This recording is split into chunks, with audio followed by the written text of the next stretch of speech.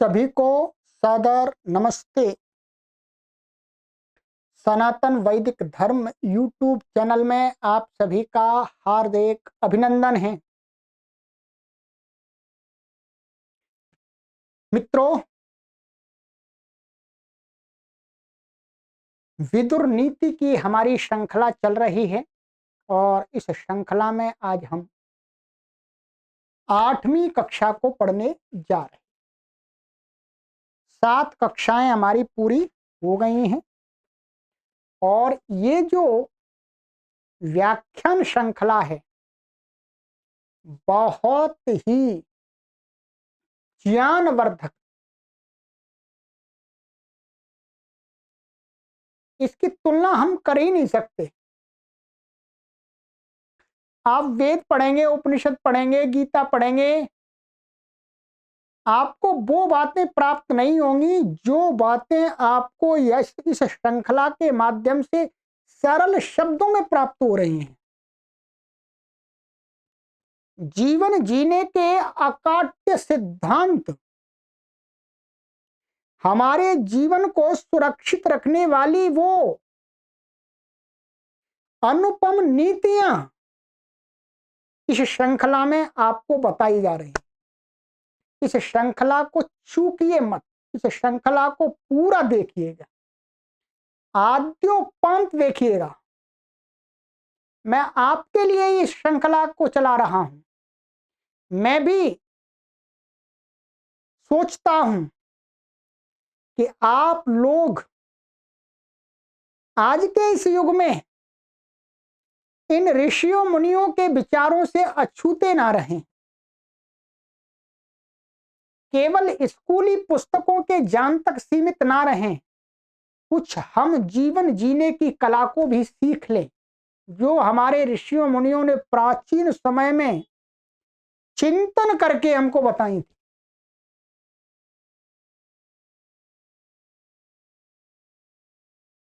आइएगा मित्रों, आप हमारे इस अभियान में एक कड़ी बनिएगा, स्वयं लाभ लीजिएगा और अपने आसपास के लाखों लोगों को लाभ दिलाइएगा। उनको भी अच्छा बनाने के लिए थोड़ा सा योगदान दीजिएगा। इस चैनल से लोगों को जोड़िएगा। कई लोग तो ऐसे सोचते हैं, मैं बोलता हूं चैनल से लोगों को जोड़ो, तो लोग ऐसे सोचते हैं अरे लो ये तो अपने सब्सक्राइबर बढ़ाना चाह रहे हैं। अरे भाई, हम कार्य कर रहे हैं और लोग जुड़ेंगे नहीं इससे तो देखेंगे कैसे?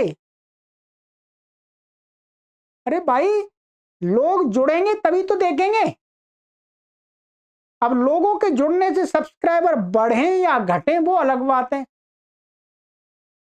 परंतु मेरा जो मुख्य उद्देश्य वो तो ये है कि अधिक से अधिक लोगों को इस विद्या से युक्त करना। तो भाई, आपसे मेरा हाथ जोड़ के निवेदन है, ऐसा मत सोचिएगा कि इस चैनल के सब्सक्राइबर बढ़ जाएंगे तो संसार में अनर्थ हो जाएगा और हम करोड़पति हो जाएंगे, अरबपति हो जाएंगे। भाई, हम ना करोड़पति होंगे ना अरबपति होंगे। हम तो ऐसी झोपड़ी में रह रहे हैं, झोपड़ी में रहेंगे। हाँ, हमारा उद्देश्य पवित्र है, हमारा लक्ष्य श्रेष्ठ है। हम दूसरों को अच्छा बनाने के लिए, अपने समाज के लोगों को श्रेष्ठ बनाने के लिए कार्य कर रहे हैं। ठीक है, इसलिए आप एकदम निसंकोच होकर के इस विचार को मन से निकाल दीजिएगा कि इस चैनल के सब्सक्राइबर बढ़ जाएंगे। इस चैनल के सब्सक्राइबर बढ़ेंगे भी तो समाज अच्छा ही बनेगा, गलत नहीं बनेगा। हम कोई अश्लीलता नहीं फैला रहे, हम कोई विवाद की बातें नहीं प्रचारित प्रसारित कर रहे, हम कम्युनिटी में विवाद पैदा नहीं कर रहे। हम तो अच्छी बातें आपको बताने के लिए यहाँ आए हैं। ठीक है, तो मन में ऐसा गलत विचार कुछ लोग करते हैं, मत कीजिएगा, क्षमा कीजिएगा। ठीक है, हमारा उद्देश्य, लक्ष्य हमारा पवित्र है। चलिएगा आगे चलते हैं। गत कक्षा में मैंने कुछ श्लोक पढ़ाए थे। आज महात्मा विदुर कहते हैं, बहुत सुंदर श्लोक है।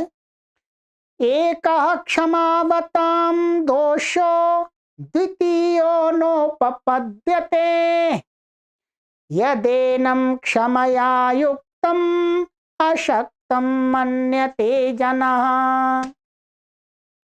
कहते हैं सुनो भाई, जन सामान्य क्या करता है, सामान्य बुद्धि वाले व्यक्ति क्या करते हैं, व्यवहार में हम देखते भी हैं, लोक में देखते भी हैं कि जो व्यक्ति, जिस व्यक्ति के अंदर क्षमा का गुण होता है, जिस व्यक्ति का स्वभाव क्षमा का स्वभाव होता है, क्षमाशील होता है, क्षमा कर देता है,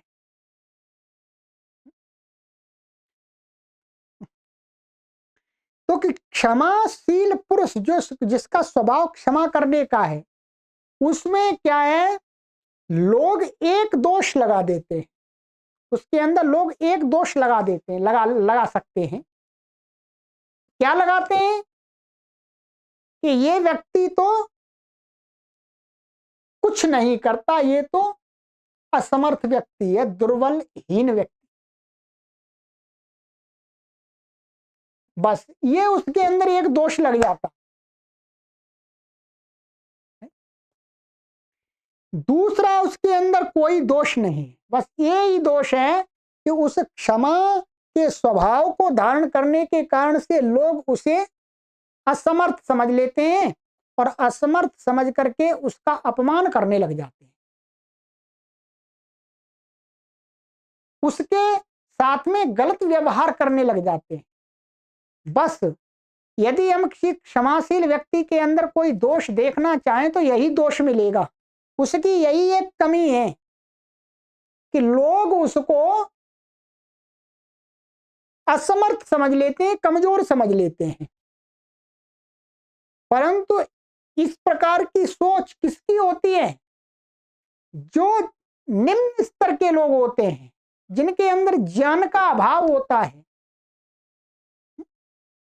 जो मंदमती के लोग होते हैं, वही लोग इस प्रकार से जो क्षमाशील पुरुष होते हैं उनमें ये दोष आरोपित कर देते हैं, अर्थात अरे ये तो कुछ भी नहीं करता, समझ इसके अंदर ताकत ही नहीं है, ये तो वैसा ही है।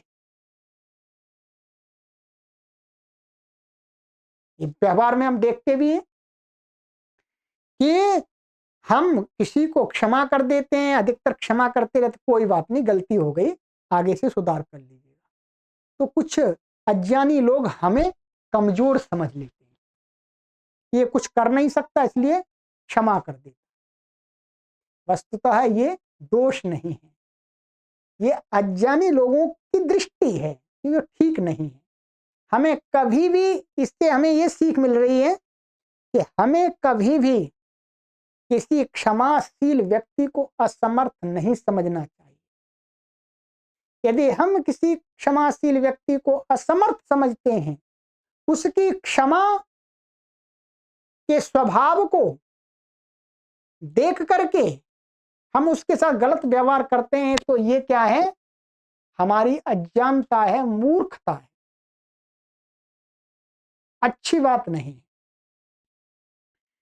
तो आगे कहते हैं, सोस्य दोषो न मंतव्यः क्षमा ही परमं बलम् क्षमा गुणो ह्यशक्तानां शक्तानां भूषणं क्षमा। कहते हैं कि किंतु क्षमाशील पुरुष का वह दोष नहीं है, दोष नहीं उसको हमें समझना चाहिए, क्योंकि क्षमा तो बहुत बड़ा बल है, क्षमा तो बहुत बड़ा बल है। कहते हैं कि जो ये क्षमा है, जिसको हम असमर्थ कह रहे हैं व्यक्ति को, वो उसका गुण है, क्षमा उसका गुण है। उसी क्षमा को और कोई बहुत शक्तिशाली व्यक्ति धारण करता है तो कहते हैं वो क्षमा उसका आभूषण बन जाती है, और सामान्य व्यक्ति उस क्षमा स्वभाव को धारण करता है तो वो उसका गुण है। इसलिए हमें कभी भी किसी के क्षमाशील स्वभाव को देख करके उसके प्रति अज्ञानता से अपमान का भाव, दीनहीनता का भाव नहीं उत्पन्न करना चाहिए अपने अंदर। ठीक है, क्षमा क्या है? मनुष्य का आभूषण है, ये मनुष्य का एक गुण है, दोष नहीं है।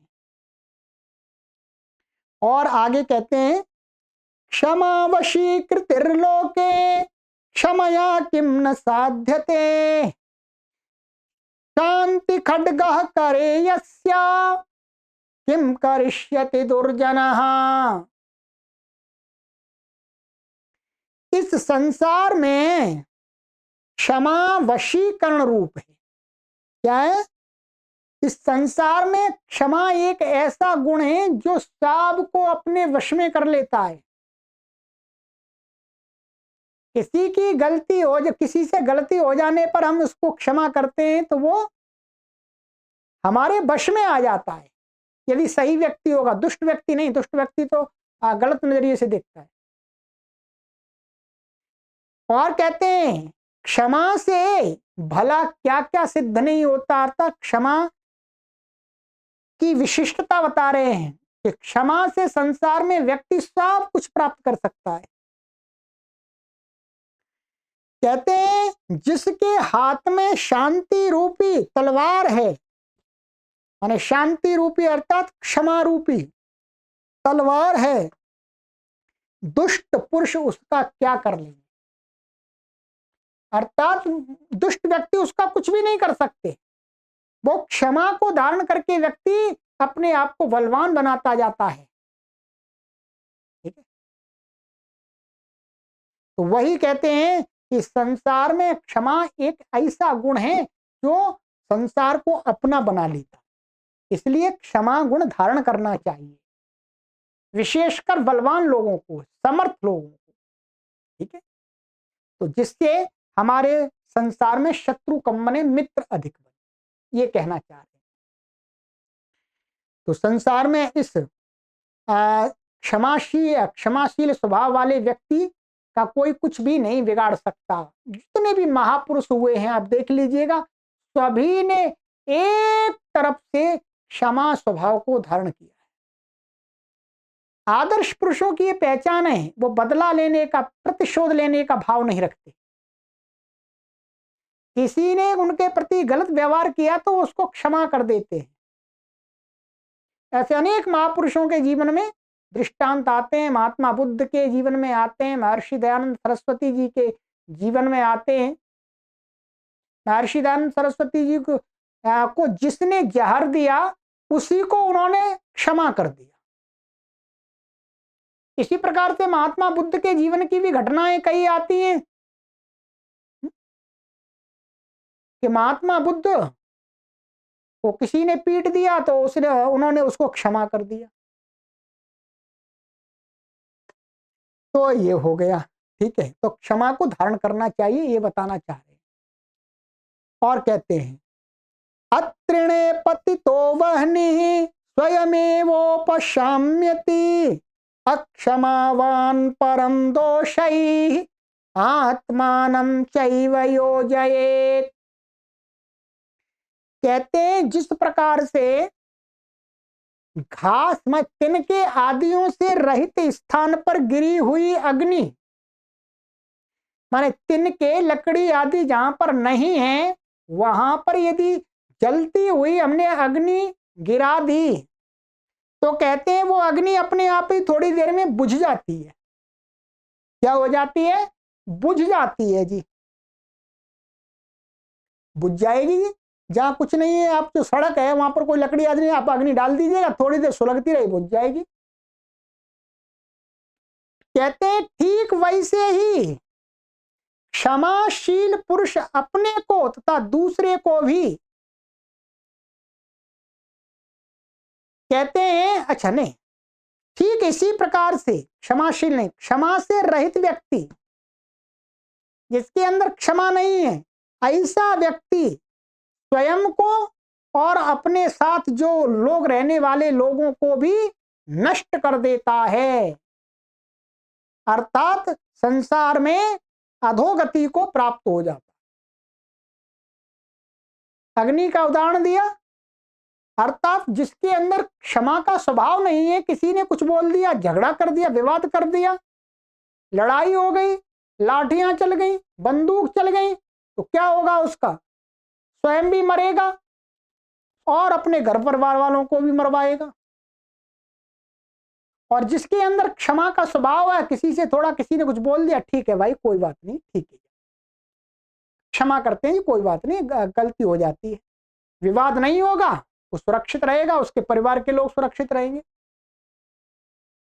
आप देख लीजिएगा, जिन लोगों के अंदर क्षमा का गुण नहीं होता, चाहे वो कितने भी बलवान हो, कितने भी शक्तिशाली हो, कितने भी धनवान हो, वो थोड़े दिन में ही संसार से विदा हो लेते हैं, अपने धन संपत्ति को सब कुछ खो बैठते हैं, क्योंकि उनके अंदर क्षमा का गुण नहीं है। वो हर किसी से लड़ने को, विवाद करने को, जहां जाएंगे वहीं विवाद कर देंगे, तो फिर क्या होगा? लोग ठोकेंगे उनको, और कोई तो अच्छी प्रकार से ठोक देते हैं, तो फिर हो जाता है काम। घर परिवार वालों को भी साथ में अपमान होता, उनकी भी ठुकाई पिटाई हो जाती है। इसलिए कहते हैं कि उस अग्नि की तरह हमें नहीं बनना है। कौन सी अग्नि की तरह है? जो बिना लकड़ी के रहने वाली अग्नि, थोड़ी देर में बुझ जाती है। वैसे ही हमें ऐसी अग्नि बनना है कि जो अग्नि तिनकों में सुलगती है। लकड़ियां जहां अपार लकड़ियों का ढेर है, उसमें छोटी सी अग्नि क्या हो जाती है? विशाल रूप धारण कर लेती है, शक्तिशाली बन जाती है। ठीक ऐसे ही क्षमा को धारण करने वाला व्यक्ति भी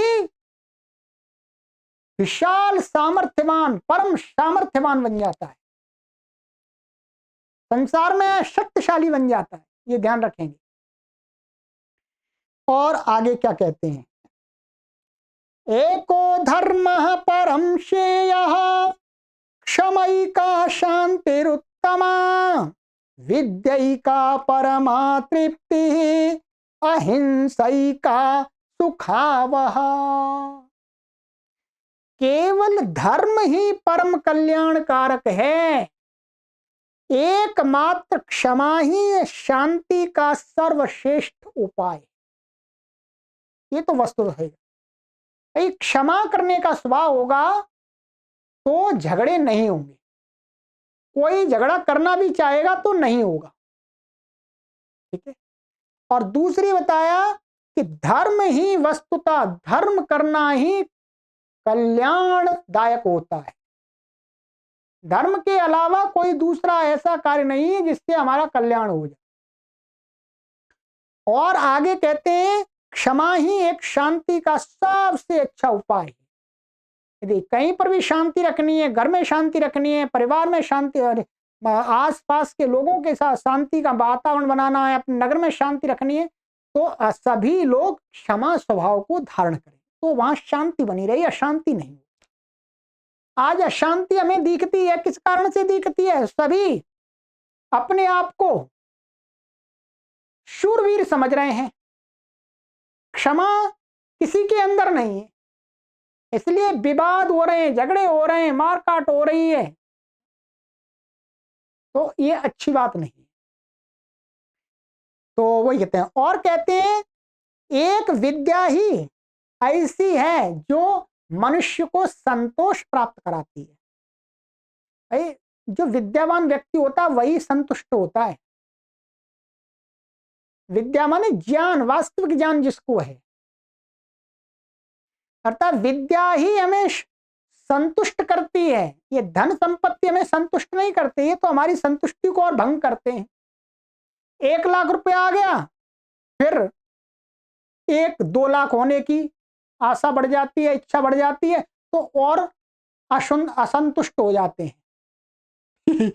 2 लाख आ गए, फिर 3 लाख की इच्छा हो जाती है, 3 लाख आ गए, 4 लाख की। इस प्रकार से हमारी संतुष्टि नष्ट होती जाती है। परंतु जो ज्ञानी व्यक्ति होते, जो विद्या होती है, जिसके अंदर विद्या है, वो व्यक्ति 10 रुपए आने पर भी संतुष्ट रहता है और पुरुषार्थ करता है, जितना मिल जाता है ठीक है, अच्छी बात है, उस प्रभु की दया से बहुत मिल गया, बहुत मिल गया। अब ये हमारा कार्य है, सारा कैसे चल रहा है, बस किसी ने 1 रुपया दे दिया, किसी ने 101 रुपया दे दिया, किसी ने 200 रुपए दे दिए, किसी ने 500 रुपए दे दिए। ऐसे ही है हमारा जीवन चल रहा है, हमारा ये अभियान चल रहा है और हम पूरी तरह से संतुष्ट हैं। चाहे बेशक हमारे पास में लाखों रुपए नहीं है, परंतु हम पूरी तरह से संतुष्ट हैं, कोई बात नहीं, बढ़िया चल रहा है ये, रोटी पानी अर्थात जब खाने को भोजन मिल जाता है, पहनने को कपड़े मिल जाते हैं जी, और ये विद्या का प्रचार प्रसार हो रहा है। तो ये विद्या हमने थोड़ी सी अपने गुरुजनों से प्राप्त की, ध्यान रखिएगा। और कहते हैं एकमात्र अहिंसा ही सुख देने वाली। अहिंसा की वृत्ति भी हमें अपनानी चाहिए, किसी प्राणी को अकारण कष्ट नहीं देना चाहिए, ये मीट चिकन आदि नहीं खाने चाहिए। कितना अत्याचार हो रहा है प्राणियों के ऊपर, ये मनुष्य कैसा हो रहा है, कितने प्राणियों की प्रतिदिन हत्या कर रहा है।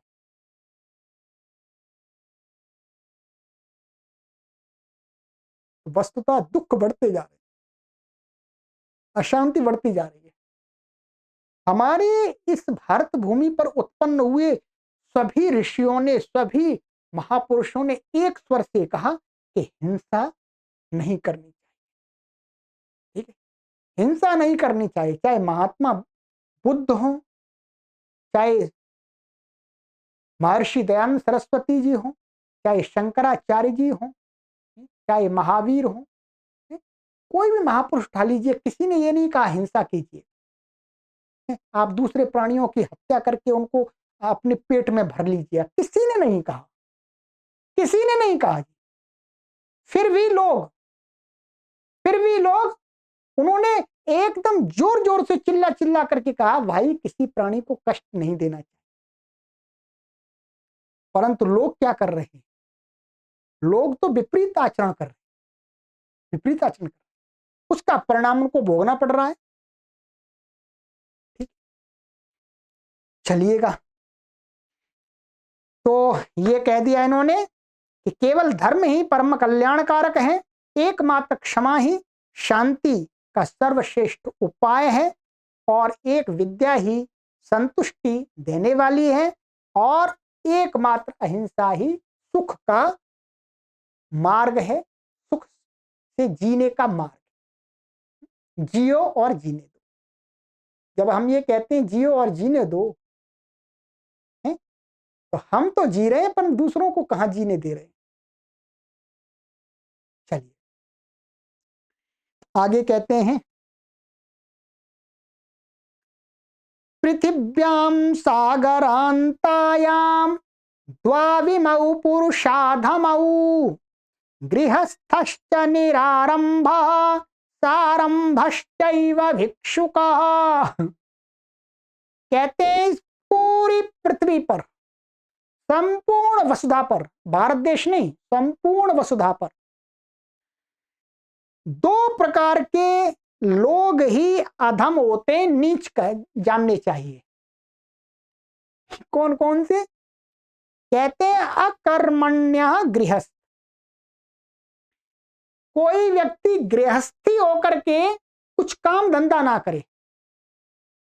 भाई गृहस्थी हुआ व्यक्ति, उसे काम करना चाहिए, परिश्रम करना चाहिए, घर के परिवार के सदस्यों का भरण पोषण करने के लिए उसे साधन चाहिए, वस्तुएं चाहिए, उसको प्राप्त करने के, उनको प्राप्त करने के लिए धन आदि की आवश्यकता होती है, धन आदि को प्राप्त करने के लिए कार्य करना पड़ेगा।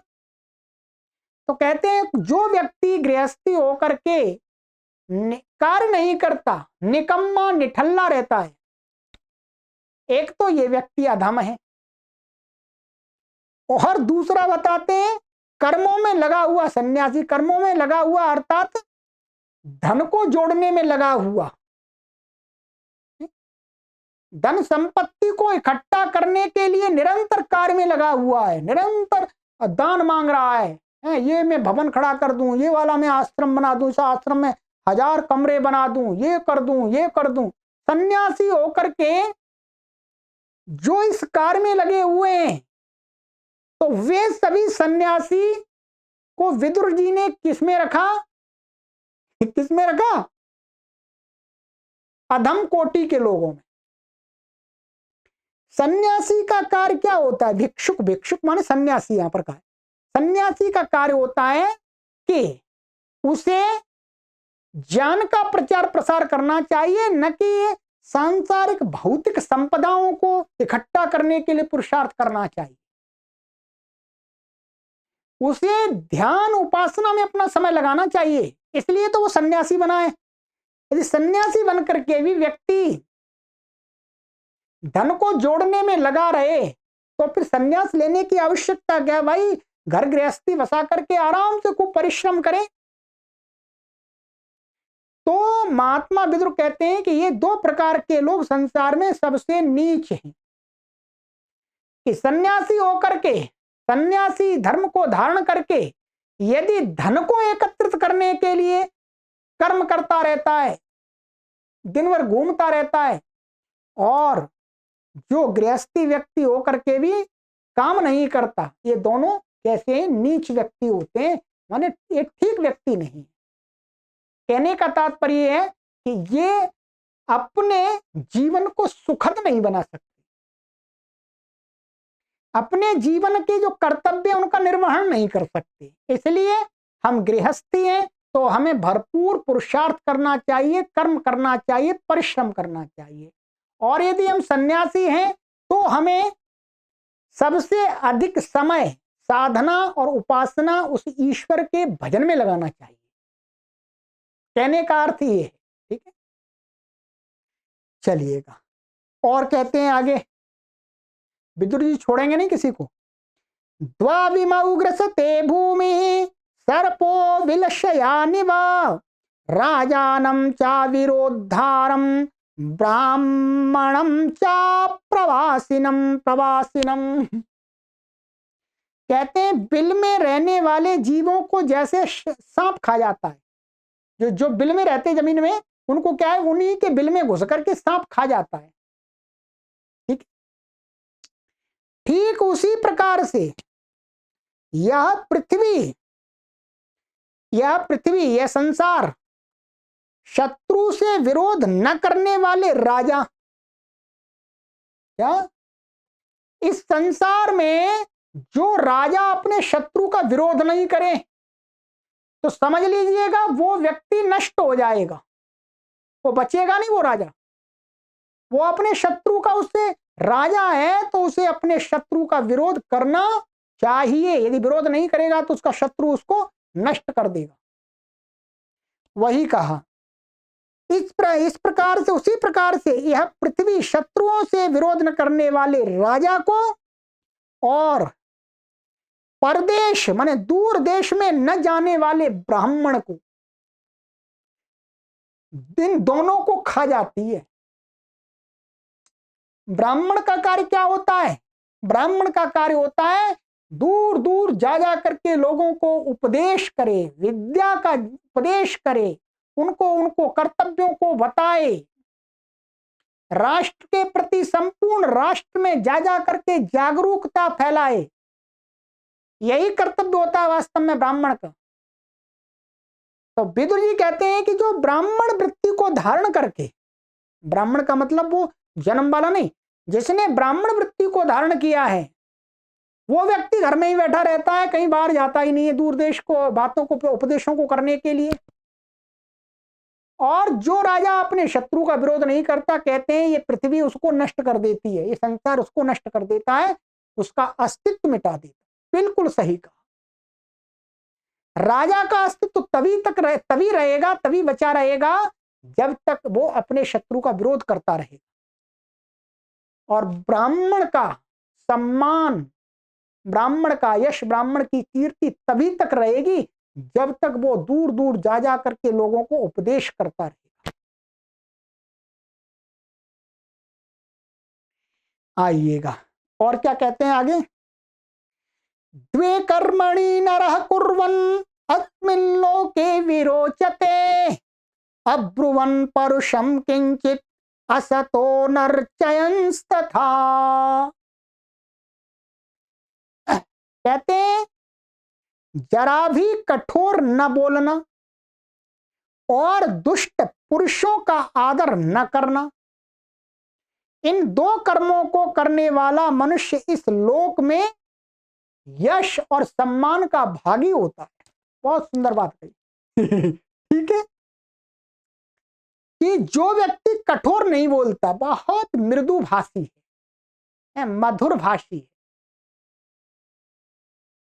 कोमल बोलता है, प्रेम से बोलता है, और जो व्यक्ति दुष्ट व्यक्तियों का सम्मान नहीं करता, ठीक है, दुष्ट व्यक्तियों का सम्मान नहीं करना चाहिए। वास्तव में दुष्ट का सम्मान करेंगे तो दुष्ट हमें ही ले डूबेंगे, तो हमारा भी सत्यानाश कर देंगे, हमें भी दुष्ट बना देंगे। इसलिए दुष्ट व्यक्तियों को कहते हैं कभी सम्मान नहीं करना चाहिए। सम्मान करेंगे तो घर पर आकर के बैठते रहेंगे, इसलिए भाई उनका भागो यहां से, चलो। ठीक है, तो दुष्ट पुरुषों का आदर जो नहीं करता है और जो मृदु बोलता है, मधुर बोलता है, वो इस सम्मान में, वो इस संसार में शोभा का पात्र होता है, सम्मान का पात्र होता है। उसकी यश और कीर्ति संसार में फैलती रहती है। ठीक है, और क्या कहते हैं आगे, एक दो और पढ़ लेते हैं, एक दो श्लोक। ठीक है, काफी है, तो हजारों श्लोक है। द्वाविमौ पुरुष व्याघ्र पर प्रत्यय कारिणौ स्त्रियः कामित कामिन्यो लोका पूजित पूजकः। इनका कहना ये है कि दूसरी स्त्री के द्वारा चाहे गए पुरुष की कामना करने वाली स्त्रियां, अर्थात कोई व्यक्ति है, उसकी पत्नी है, पत्नी अपने पति को चाहती है और उसी पुरुष को दूसरी स्त्रियां चाहने लगे, चाहें। ठीक है, वही कहा, दूसरी स्त्री द्वारा चाहे गए पुरुष की कामना करने वाली जो स्त्रियां होती हैं तथा दूसरों के द्वारा पूजित मनुष्य का आदर करने वाले पुरुष, अर्थात दूसरे लोग जिनका सम्मान कर रहे हैं, बस ये देख करके सम्मान कर रहे, जो कोई सम्मान करना आरंभ कर देता है, गुण दोषों को नहीं देखता है, ये दो प्रकार के लोग दूसरों पर विश्वास करके चलने वाले होते हैं।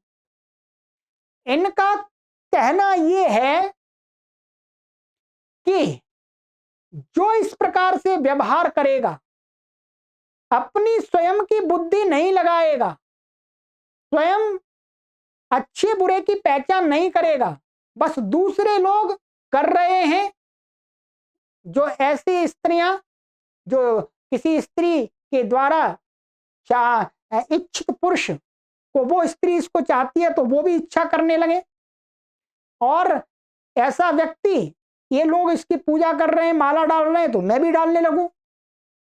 ऐसे लोग क्या है, बस दूसरों पर विश्वास करके ही अपना जीवन जीते हैं, और दूसरों पर विश्वास करके जीवन जीने वाले कभी भी अधोगति को प्राप्त हो सकते हैं, कभी भी भटक सकते हैं, कभी भी वो विपत्ति में आ सकते हैं।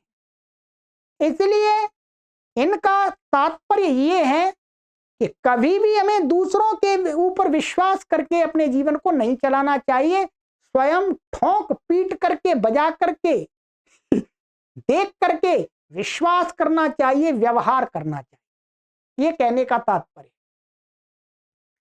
चलिएगा, अब इतना ही करते हैं। ठीक है, लंबी कक्षा हो जाएगी, कोई लाभ नहीं है, फिर अभी तो निरंतर चलेगा, 30 मिनट की काफी है। ठीक है, अब मैं आपसे यही निवेदन करूंगा कि आप कम से कम, यदि स्वयं इससे लाभान्वित हो रहे हैं, आपको लग रहा है अच्छी अच्छी नई नई बातें हैं, बहुत उपयोगी बातें हैं जीवन के लिए, अधिक से अधिक लोगों को जानना चाहिए तो अपने 100 मित्रों को अवश्य व्हाट्सएप के माध्यम से या फेसबुक के माध्यम से इस लिंक को आगे शेयर कर दीजिए।